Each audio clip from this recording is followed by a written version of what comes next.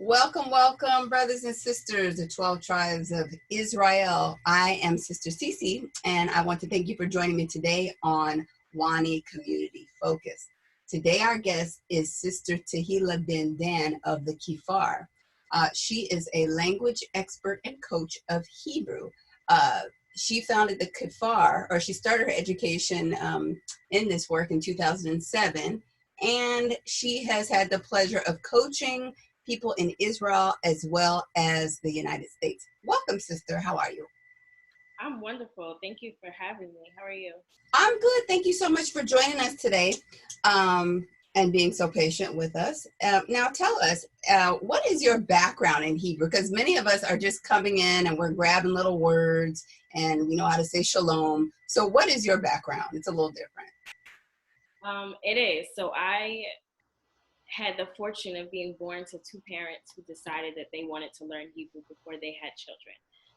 And so they lived in Brooklyn, where they met an amazing man named More Mishael Naftali.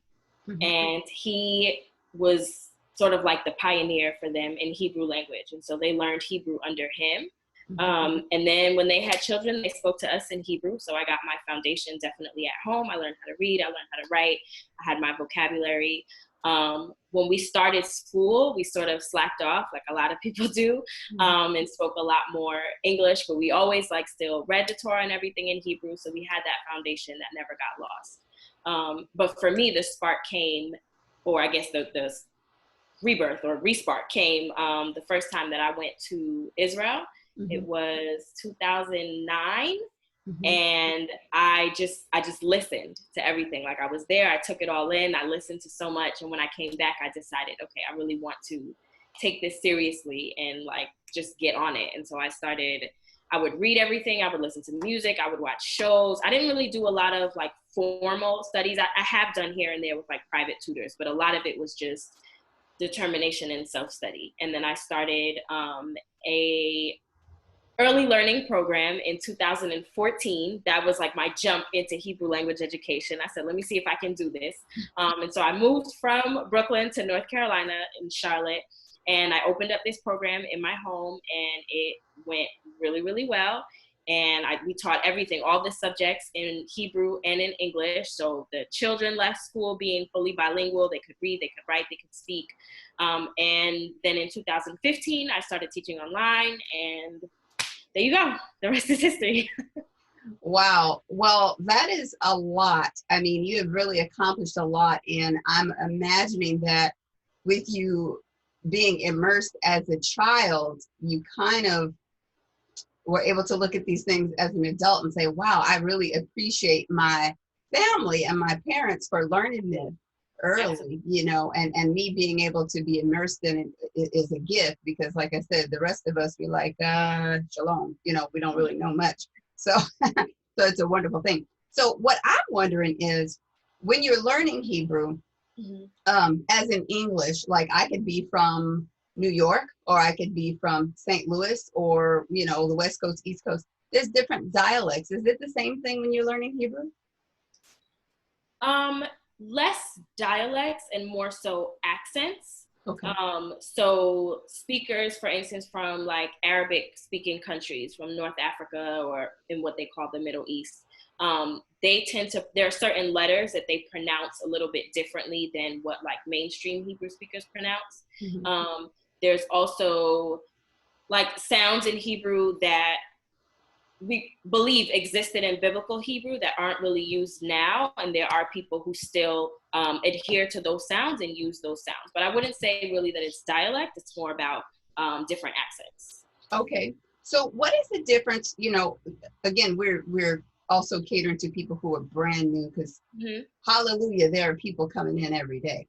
What is the difference between what we know as Hebrew and then Paleo Hebrew and Yiddish? What are the differences there? so happy that you asked this question because it comes up a lot and there's so much misinformation out there. So it's a really great question. So I'll start with Yiddish. Yiddish is a language that is separate from Hebrew. What confuses people a lot of times is that the letters that are used are the same letters that we use for Hebrew. But it would be like the letters that we use for English and the letters that we use for, let's say, Italian or Spanish, where most of the letters are exactly the same, but it's not the same language. And even English and Spanish have more in common than I would say Hebrew and Yiddish. So they're from completely different language families. Hebrew is like Afro-Asiatic or Semitic languages, whereas Yiddish is Indo-European, so like Germanic. So Yiddish has a lot more in common with German than it does with the Hebrew language.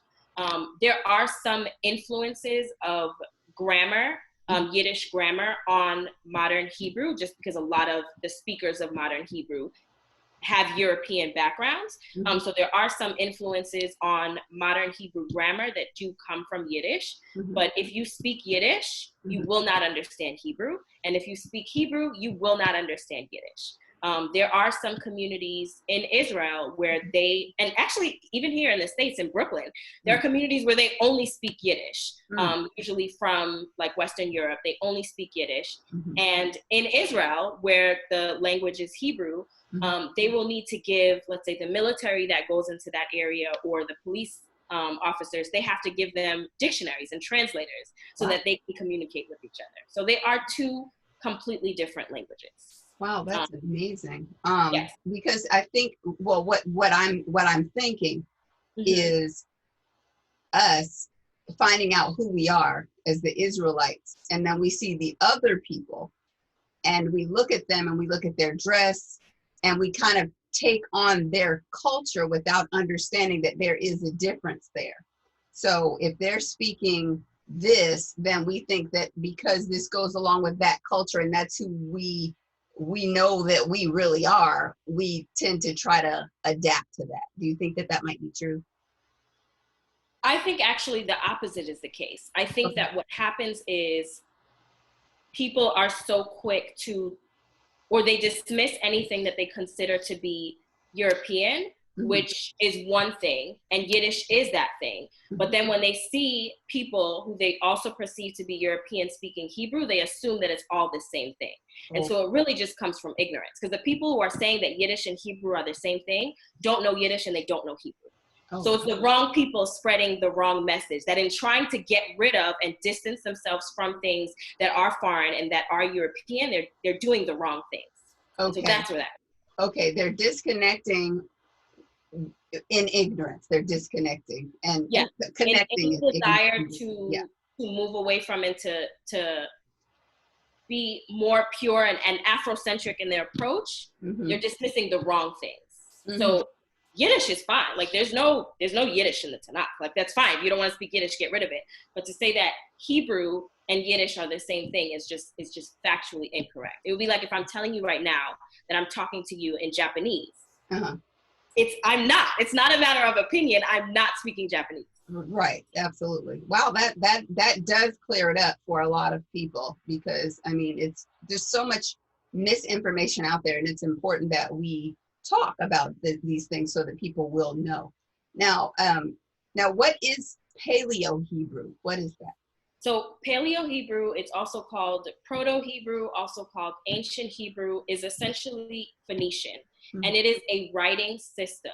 So just like how we say Yiddish is written with what we see now as the modern Hebrew alphabet, but that doesn't make it Hebrew.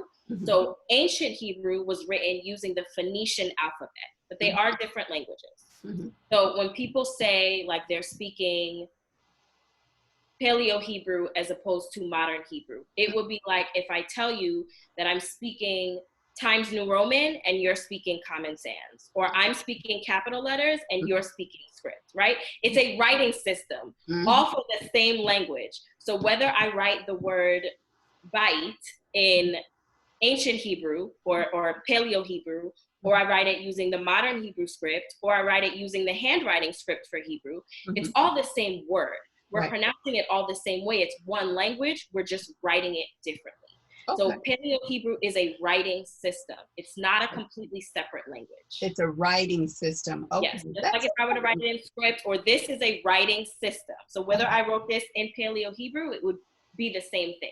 Yes, yes. Okay, that's important to know because again, as new people coming in, we just hear all these different things flying around in different terms, and we're like, okay. And then you might connect with somebody that doesn't know what they're talking about, and then you become another person that doesn't know what they're talking about. So, yes, I'm glad you explained that. Now, speaking of your T-shirt, what does your T-shirt say exactly? This says Ashrei Ha'isha, and it is from, or it's adapted from Psalms 1, where it says, happy is the man, but this is happy is the woman. Wow. Okay. And so when you read Hebrew, you read directionally different, correct? Yes, from right to left instead of left to right. Right to left. Okay. That's interesting. So now when we're talking about learning languages, of course, what do you find is the biggest barrier for adults learning another language? The biggest barrier, can I say two? You can say three. Okay, so one barrier I think is just time, Okay. and learning a language to, let's say, a high level of proficiency, let's not even talk about fluency, requires a lot of time and a lot of dedication. And a lot of people don't, I think, realize the amount of time that goes into it.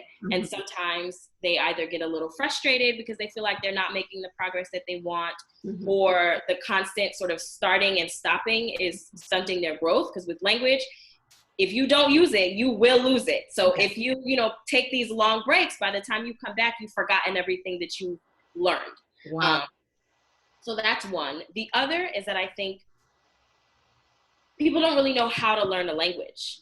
So we think about maybe what we did in school, where it's like, okay, well, maybe I'll learn these vocabulary words, or maybe I will, try to get this book and read this book.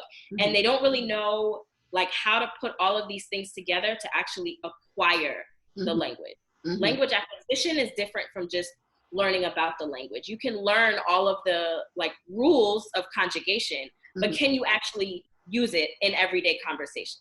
Right. Right. So I think a lot of times people just don't know what to do.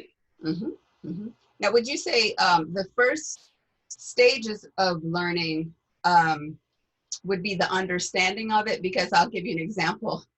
Yesterday, I had to go and pick up some food from a Mexican restaurant, and they had, I don't even know how to explain this, but it was great because they had like the signs on the doors and they didn't have pictures, but they were saying in Spanish, like, you need to have on a mask when you come in here and this, that, and other.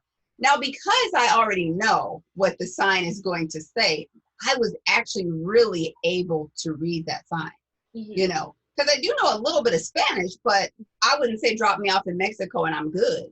Right. I was able to put together what I knew with what was in front of me and actually read that sign. You know what I'm saying? Does that make sense? So would you say the first learning is like that hearing, like babies, I guess, babies. Yes.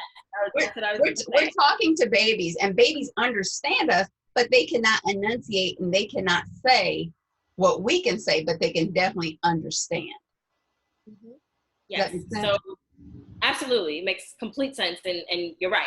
So we have what's called language input and language output. So the language input is everything that comes in, right? Everything that we hear and everything that we see. And the language output is what we're able to produce. So either through writing or through speech. So the input always comes first, and you need tons of input in order to be able to produce a little bit of output. And we see that with babies, right? Like we talk to them for months before we get any sort of output back. And when it comes out, it starts with maybe like a little word, little sound, then you put a couple of those words together and we get sentences, but it's a process. And so, and this is like a thing that happens, we see in schools where we sort of skip that whole process and we're expecting people to produce, but they haven't really taken in enough so that they can naturally and spontaneously speak and use the language. So it's completely normal to like not be able to say all of these things that you heard in this podcast that you listened to yesterday.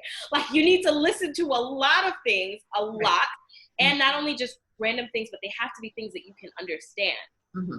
So there's a phrase called comprehensible input. Mm-hmm. And it's just language that you can understand. So if like we took you and just dropped you off in the middle of Mexico, you just listening to people speak Spanish with no context is not, even if you were there for 6 months, you're not just going to pick up from that, right? I can watch a movie in Chinese and I'm not going to get any of it just because I'm immersing myself in it. It has to be language that I can understand. Like when we talk to children and we say like, you want a bottle? And we show them the bottle. And we ask them, you want to come up? And we do all of these things as we're talking to them. So we're giving the language meaning. And they are able to process that meaning to get that understanding, and then they can produce. Kind of like for me with reading the sign on the door. I was like, okay. Exactly. I mean, I immediately was like, okay, I know, like, and you can read it. It's Spanish, but you can still enunciate. Yeah. I felt so smart when I did that. I was like, you go, girl. I mean, I felt so smart. So I think that's, like you said, you have to be able to apply. It has to be applicable to your life, and that makes you move forward versus you just reading a bunch of flashcards. Like I've been studying sign language for the last year. It's not working. It's not working. Yeah. Because I mean, I'm just not in the groups that I'm supposed to be in. And then when I do get to the groups, I'm like, okay, can you guys talk? And that's not right. You and they do. They talk to me. They're like, okay, but it's like, it's all about application. And like you said, you can't just do it and then drop it and do it and drop. You can't do that. You have to apply it. Yeah, you totally have to apply it. And it's like, it should be a goal. Let me just get off of me for a second because it's pitiful. I mean, it totally is. Now, you have a program, I like to say it's kind of like, because I get these emails every day. It's kind of like dictionary.com. They send me a word every single day. And it's this word I've never heard of in my life, with the term and the definition. And I'm like, yes, look at this new word. And then I'll try to use it or whatever. So you have the same thing. You send us a Hebrew word and, it's for our learning. And then you also have a whole program in your website called the Kefar. So let us know who is, I guess, appropriate for your programs. So everybody, I have sort of something for everyone. So I'll start with, since you brought up the Hebrew word of the day. So on Instagram and also on YouTube. So on Instagram, I just post the Hebrew word of the day every day. We do a different theme every month. And then on YouTube, I have a video that posts every day, except for Shabbat. And I use the word in a sentence, and I go through and like break it down and share the grammar and everything in that. So I also post like videos all throughout the week on YouTube. So that's I would generally say for like adults and older teens, but the stuff that you learn from that, you can use with any age. And then, so down at the preschool level, I offer preschool classes. I teach them on a platform called OutSchool. And it's geared primarily towards homeschooling families, but anyone with children 18 or under can use the platform. And you can find classes on literally anything that you can think of. There's someone on there teaching a class. And so I offer like Hebrew circle time. And so it's sort of like that kindergarten experience that you would get, and it's entirely in Hebrew, and I teach that on the platform. I also do story time. I read stories in Hebrew with props and all of that on that platform. And then I teach lessons either privately or if you want to learn with your family or with your spouse or with a friend or whoever. So I teach those lessons ages 6 all the way up. I've had students in their 70s and 80s, so you're never too old. Right. And then I also do group classes. So I have youth classes for ages like 8 to 14. And then I have adult group classes as well. And those are usually 6 to 8 weeks. For the adult classes, the youth classes run for a semester. They start at a set time, end at a set time. We go through a set curriculum, whereas the private lessons are more personalized. So whatever your priorities are, whatever your focus is, tailor the sessions around that. Okay. Wow. Okay. So if people want to get started, do you just you just start them from scratch, or like, do they need to wait for a certain time when it's rolling around again, or? Well, for the courses, yes, because we'll start and end at specific times. But for private lessons, literally whenever you're ready, I'm here. So yeah, you don't need to have, wherever you are is where I'll meet you. Because sometimes people are like, okay, do I need to learn the alphabet? No, you don't. If that's what you need to learn, then that's where we're gonna start. Perfect. That's good. So you are reaching everybody where they are. Now, with this situation with the COVID, of course, you are already producing online content. So it's like a blessing because you've been prepared to do that. Hallelujah. You've been prepared to do that, you know. But now that we are completely in it, and there are some people going back to school, of course, part-time. Well, I don't even know what these people are doing right now, but what would you say that some of the barriers are to online learning? Because of course you've been in the classroom and you've done live lessons, but now you are basically online. What are some of the barriers to learning just online? I think, well, the biggest barrier is obviously just the technology piece. Like you have to have, some people try to do it from their phone, but it can be a little bit challenging. So if you have if you don't have access to a tablet or a laptop, it can be a little bit challenging. I think particularly, I feel it's a greater challenge with younger children, the younger they get, just because it's just easier to keep them engaged and you can do a lot more hands-on activities when you're actually there with them. Because otherwise it sort of sometimes puts a burden on the parents or the guardians to try to get in there and do things that as a teacher I would generally do with them. Other than, I mean, I think that there are challenges to both in person and online.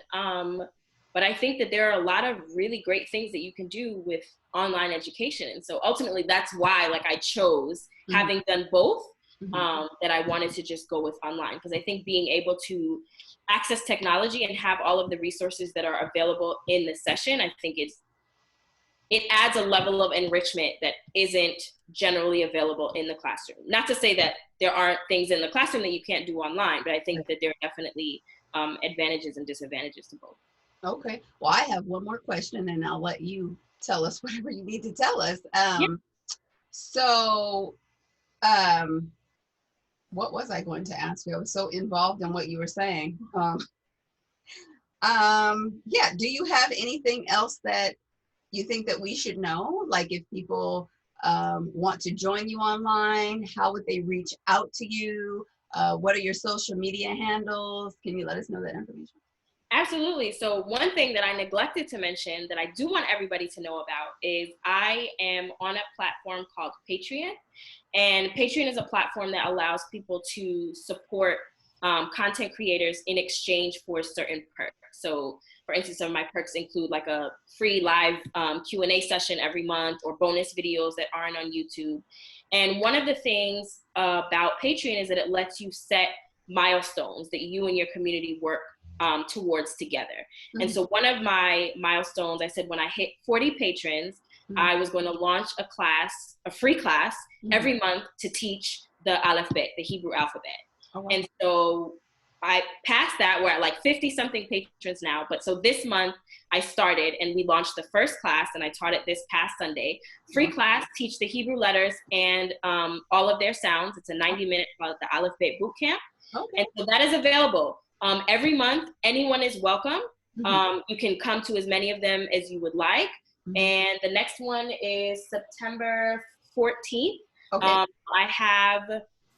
I'll put another announcement out on YouTube, but you just have to register. It's completely free because the cost is being covered by the Patreon community. So if you want to learn and you don't want to pay, it's a great way that you can get started. That's amazing. That's what. Yes. Well, we definitely appreciate you for that. But we have another platform that just launched, I want to say about 2 weeks ago. It's called BandTube, BANTUBE. So okay. I'm sorry, BondTube. Let me not say BandTube, BondTube, because it's similar to YouTube, but it's BondTube, and it's completely free, and you can upload your content there completely free. So you would go to mybondtube.com, and you can also put your content there and grab some more audience, because everybody there is an Israelite and they're looking to learn. And it's a wonderful place for us to just be able to communicate with one another without the, what do you call them, the trolls and videos being taken down and all that stuff. None of that is going to happen. It's controlled by Issachar Online. I don't know if you've heard of Issachar Online, but Brother Dwayne and Sister Nicole, they have built this, and it is a blessing to us already. So if you want to go there and upload your content, you are free to do that completely free. Well, thank you for letting me know. Yes.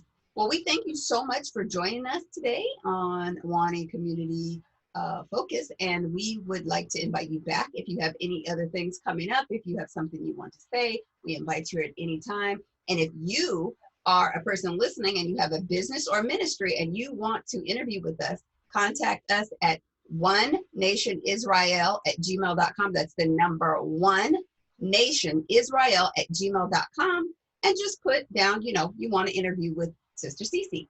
So we thank you so much, Sister Tehillah, and we hope to talk with you again soon, okay? Thank you so much. Yes. Shalom. Shalom.